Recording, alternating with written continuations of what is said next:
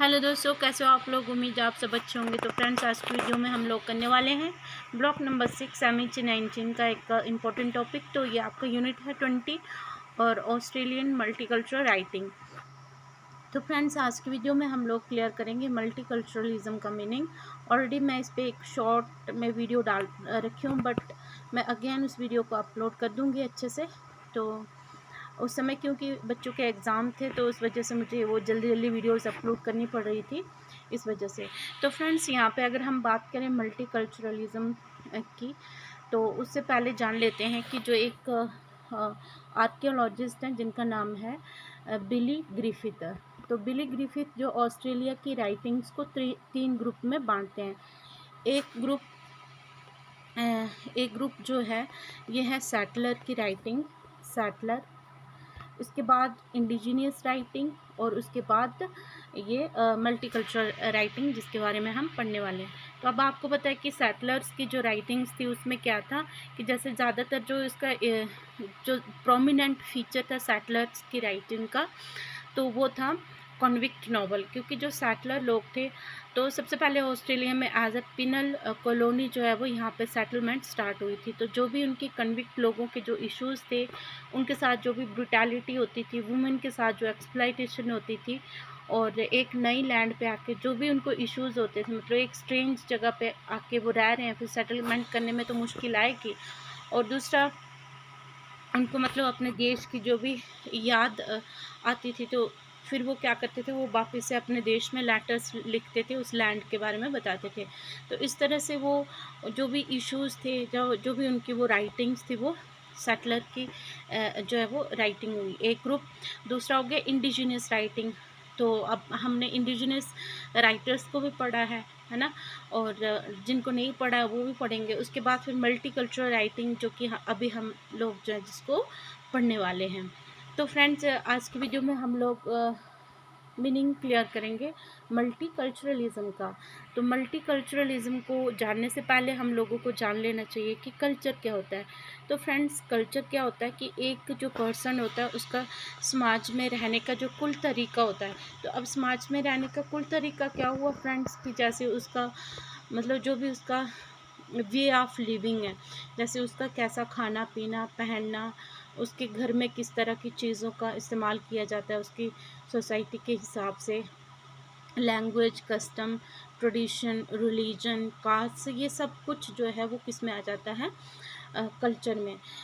Worship करना, even कि अगर मैं पूछूं क्या कार चलाना भी एक कल्चर है, हाँ, कार चलाना भी एक मतलब कल्चर में आप इंक्लूड कर सकते हो। बहुत सारी एक्टिविटीज़ आती हैं कल्चर में, और इसलिए जो कल्चर की कोई डेफिनेशन, ऐसी डेफिनेशन नहीं है। वैसे तो बहुत सारी डेफिनेशंस हैं, मतलब 200 के करीब जो है वो डेफिनेशंस हैं कल्चर की, बट इसकी कोई मतलब अभी तक एक एक्सेप्ट नहीं करी गई है कि ये एग्जैक्ट डेफिनेशन है किसी कल्चर की। तो इसलिए एक जनरल सी एग्रीमेंट बन के आ जाती है कि जो एक समाज का कुल जो तरीका है जीने का, उसी को हम कल्चर कहेंगे। तो ये तो बात हुई कल्चर की।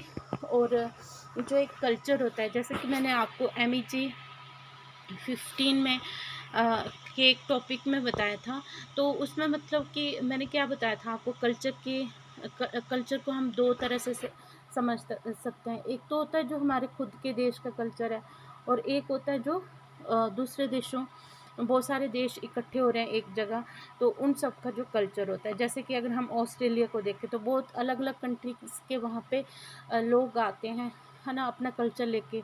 तो वो हो गया मतलब नेशनल इंटरनेशनल लेवल पे। और नेशनल लेवल पे हो गया जैसे खुद की कंट्री का कल्चर। जैसे मैंने इंडिया के कॉन्टेक्स्ट में आपको समझाया था कि जैसे एक इंडिया है, तो मतलब इंडिया क्या है, मल्टीकल्चरल कंट्री है। यहाँ पे अलग अलग धर्मों के, जातियों के लोग रहते हैं, अलग मतलब यहाँ पे बहुत सारी भाषाएं बोली जाती है, कस्टम, ट्रेडिशंस, बिलीफ्स जो लोगों के वो अलग अलग हैं, अलग अलग यहाँ पे धर्मों के लोग रहते हैं। तो उस हिसाब से इन सब का जो रहन सहन, इनका जो पहनावा, खाने पीने का जो तरीका इनका, इवन कि इनके हाउसेस के जो पैटर्न होते हैं, वो भी अपनी सोसाइटी के हिसाब से होते हैं, अपने कल्चर के हिसाब से। घर के अंदर अगर हम बर्तन जो देखें, तो बर्तन जो है ना, वो भी अपने कल्चर के हिसाब से यूज़ किए जाते हैं। तो हर चीज़, बहुत सारी चीज़ें जो है वो कल्चर में आ जाता है, जो खुद के देश के अंदर जो कल्चर आ रहा है और उसमें भी जो है वो डाइवर्सिटी आ रही है, तो वो भी एक मल्टीकल्चरलिज्म है अपने देश के लिए। और इंटरनेशनल लेवल पे कैसे हुआ कि जैसे अलग अलग देशों के लोग जाकर एक देश में इकट्ठे हो रहे हैं, वहाँ पे सभी कम्युनिटी एक दूसरे के साथ अपने जो भी हैं बिलीफ, कस्टम, ट्रेडिशन सब वो वहाँ पे लेके जा रहे हैं और एक दूसरे के साथ शेयर कर रहे हैं, लैंग्वेज लेके जा रहे हैं। तो ये भी मल्टीकल्चरलिज्म है, अगर हम एक इंटरनेशनल तौर पे देखें या फिर वर्ल्ड जो है वो लेवल पे देखें। तो इस तरह से हम जो मल्टीकल्चरलिज्म को क्या कर सकते हैं, डिफ़ाइन कर सकते हैं। तो यहाँ पे जो मल्टीकल्चरलिज्म है 2 शब्दों से जुड़कर बना है, मल्टी और कल्चर। यहाँ पे मल्टी हो गए बहुत सारे, कल्चरलिज्म हो गया बहुत सारे कल्चर।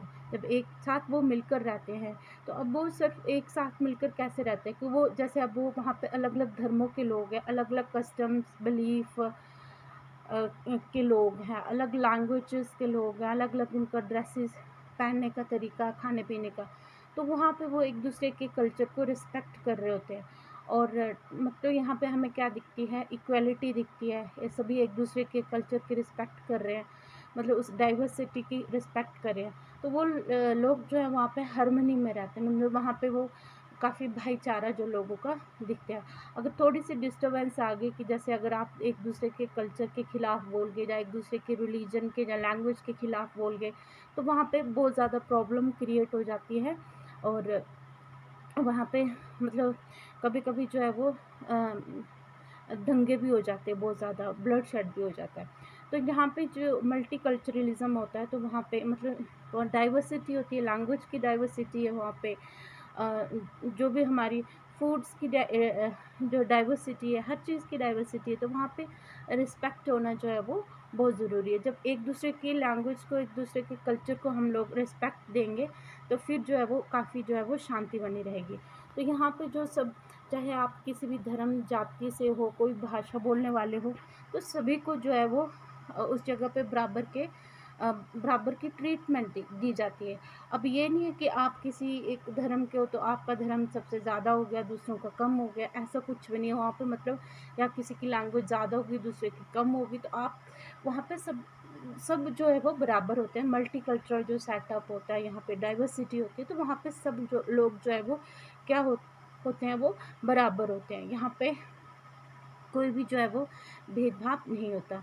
तो इस तरह से एक जो डाइवर्स कंट्री है, मल्टीकल्चरल कंट्री है, तो वहाँ पे जो है वो सब लोग जो है वो किस में रहते हैं, मिलजुल कर रहते हैं, भाईचारे से रहते हैं और एक दूसरे के कल्चर को रिस्पेक्ट करते हैं।